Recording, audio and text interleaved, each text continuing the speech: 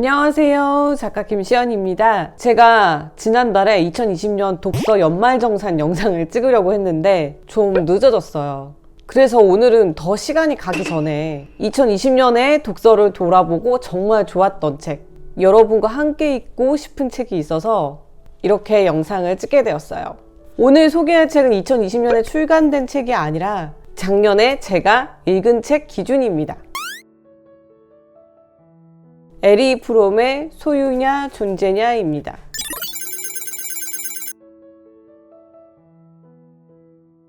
사회심리학자인 프롬은 삶을 소유하는 삶과 존재를 추구하는 삶에 대해서 깊은 자기 성찰의 메시지를 이 책에 담았어요. 1976년에 출간된 책인데도 현대인이 겪고 있는 고민에 대해서 다루고 있다는 점이 놀라웠어요. 에리 프롬이 독자들에게 전하고자 하는 메시지가 45년이 지난 2021년에도 여전히 유효합니다. 우리는 소유하기 위해서 자아를 변화시키기도 하잖아요. 소유를 위해서 돈을 벌어야 하고 돈을 벌기 위해서 사회적 가면을 쓰기도 하죠. 하지만 존재를 위해서 자아를 변화시키는 일은 드물잖아요. 그런데 소유를 하고 나면 행복하냐? 꼭 그렇지만도 않은 것 같아요. 소유를 하게 된 순간부터 소유물에 흥미가 떨어져서 다른 것을 소유하고 싶은 욕망에 몰두하게 되죠. 에리 프롬이 사회심리학자로서 우리의 존재보다 우리의 사회적 성격이 인간을 소유지향으로 만든다고 주장합니다. 여러분도 소유하고 싶은 물건이 있죠. 그런데 그 물건을 소유했을 때 행복했나요? 이 책을 읽으면 이런 질문을 하게 돼요.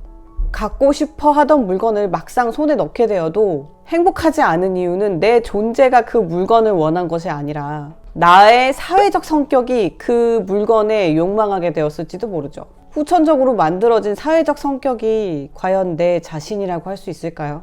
그러면 사람들이 사회적으로 욕망하는 물건을 가진다면 모두들 행복해야 하는데 꼭 그렇지만도 않죠. 소유를 하려면 인간은 더 많은 시간을 일해야 하잖아요. 그렇게 일을 해서 소유를 하는데 많은 시간을 쓰고 있죠.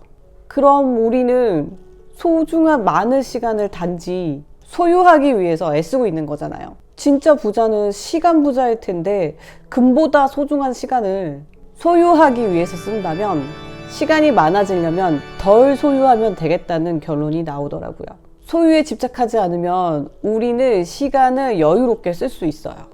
자본주의 사회에서는 소유하는 삶을 절대적으로 행복으로 여기는데 이 명제가 과연 진실일지는 덜 소유하는 삶을 경험해보면 알 수 있지 않을까요? 이 책을 읽고 제가 그럼 소유하는 것보다 경험하는 데 집중해보는 게 어떨까? 우리는 또 물건을 소유하는 데는 돈을 아끼지 않는 경향이 있지만 경험을 하는 데는 망설이게 되더라고요. 그래서 소유하는 대신 경험에 투자하고 집중해보면 어떨까? 경험으로 얻은 거는 확실하게 내 것이 되죠. 배운 거는 온전히 내 것이 되잖아요.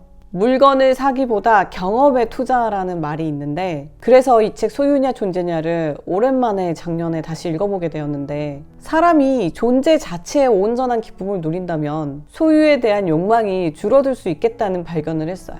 소비가 곧 생존인 세상에서 에리 프롬의 소유냐 존재냐는 우리가 존재를 인정받는 방법이 소유 말고는 없을까? 이런 질문에 대해서 에리 프롬이 남긴 인간과 사회와 욕망에 대한 예리한 통찰에 책 한 권을 가지고 정말 여러 가지 성찰을 하게 해주더라고요. 그래서 이 책은 여러분들이 꼭 읽으셨으면 좋겠어요.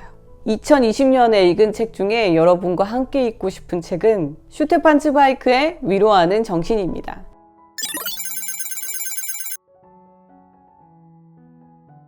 저는 이 책을 읽고 깜짝 놀랐어요. 원래 평전은 재미가 없거든요. 슈테판 츠바이크가 전기 작가예요. 평전을 이렇게 개성있게 독특하게 소화할 수도 있구나. 위로하는 정신이 몽테뉴가 주제예요. 그런데 몽테뉴가 좀 옛날 사람이고 남긴 저작도 그렇게 많지가 않아서 잘 알려진 바가 별로 없어요. 자료도 부족했을 텐데 이렇게 몽테뉴를 다양한 관점에서 관찰하고 역사 속에 묻힌 생애와 흔적을 추적해낼 수 있었을까? 놀라운 작품이었어요. 위로하는 정신에 이런 이야기가 나와요. 아직은 젊어서 경험이 부족하거나 좌절을 겪은 적이 없는 사람은 몽테뉴를 제대로 평가하거나 존중하기가 어렵다. 제가 몽테뉴의 저서를 읽어봤을 때 정말 별로 감흥이 없었거든요.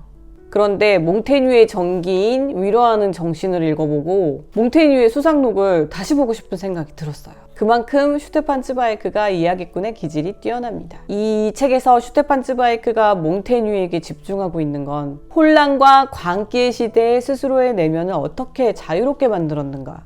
슈테판 츠바이크에 의하면 몽테뉴는 자신의 본성을 혼탁하고 독성이 짙은 시대의 거품에 뒤섞이지 않도록 깨끗하게 지키기 위해서 격렬하게 싸운 사람이라고 표현을 하고 있어요.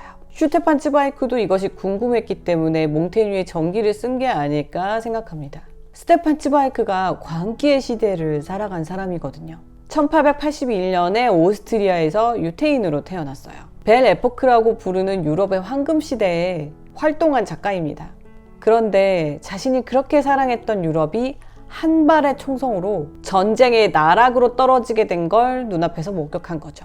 나치가 자신의 책을 금서로 지정하자 런던으로 피신을 했습니다. 눈부신 영광과 극도의 상실을 모두 경험한 사람이에요. 그래서 슈테판 츠바이크가 더욱 몽테뉴를 소환한 게 아닌가 싶은데, 여기서 슈테판 츠바이크는 자신의 삶에 빛이 되어줄 몽테뉴의 문장을 찾게 됩니다. 세상에서 가장 중요한 것은 어떻게 하면 내가 정말 나다워질 수 있는지 아는 것이다. 슈테판 츠바이크도 청년 시절에 몽테뉴를 읽었는데 별 감흥이 없었대요. 그러다가 이제 자신이 산전수전을 겪고 난 후에 다시 찾은 몽테뉴는 이전의 몽테뉴가 아니었던 거죠. 츠바이크는 전쟁의 시대에 자신이 겪은 정신적 혼란을 몽테뉴의 삶을 보면서 복구하려고 했던 것 같아요. 츠바이크는 광기에 휩싸인 유럽과 그로 인해서 자신의 삶이 송두리째 흔들리는 상황을 몽테뉴의 저서를 읽고 그의 삶을 들여다보면서 깊은 위안을 받았습니다. 혼돈의 시기에 어떻게 살아남을까라는 질문보다 어떻게 인간성을 유지하고 존엄한 삶을 살며 나다움을 지켜낼 수 있을까라는 질문을 하며 살아온 몽테뉴와 츠바이크에게 경의를 표하면서 이 책을 여러분에게 추천하고 싶습니다.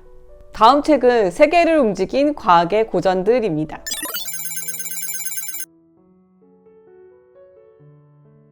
세상을 움직인 과학책 14권을 한 번에 볼 수 있다니, 이런 책은 널리 알려서 여러분들과 함께 읽고 싶어져요. 세상을 변화시킨 과학자들의 연구와 발견이 어떻게 이루어지게 되었는지 스토리로 잘 풀어낸 수작이에요. 과학의 흐름을 인물과 역사와 함께 쉽게 한 권의 책으로 담아냈어요. 저는 곤충학자 파브르의 이야기가 가장 인상 깊더라고요. 곤충기는 문학작품으로도 높이 평가받고 있는 작품인데, 파브르가 곤충 연구만으로는 생계를 이어가기가 어려웠기 때문에 집필을 계속 해나갈 수밖에 없었던 상황이었어요. 자신의 이제 생활 수입 대부분이 곤충기의 인쇄 수입이었기 때문에 우리는 파브르 덕분에 곤충에 대해서 아주 쉽고 재미있게 알 수 있게 되었죠. 딱 한 명을 꼽기도 되게 힘들었는데 파브르가 쇳덩구리를 연구하는 데 40년이 걸렸다는 사실에서 곤충기가 얼마나 위대한 작품인지 알 수 있었어요. 세계를 움직인 과학의 고전들의 저자가 맺은 말에서 이 책을 읽고 과학을 좋아하게 되는 독자가 단 한 명이라도 생겼으면 하는 바람으로 집필을 했다고 하는데요. 그래서 2020년에 읽은 책 베스트로 여러분에게 추천하게 되었습니다. 여러분이 작년에 읽었던 책 중에 이 책은 정말 추천하고 싶다, 이런 책이 있으면 댓글로 남겨주시면 정말 감사하겠습니다. 저는 다음에 좋은 책 소개와 함께 돌아올게요. 구독, 좋아요, 알림 설정은 제가 콘텐츠를 만드는데 큰 도움이 됩니다. 다음 영상에서 뵐게요. 안녕.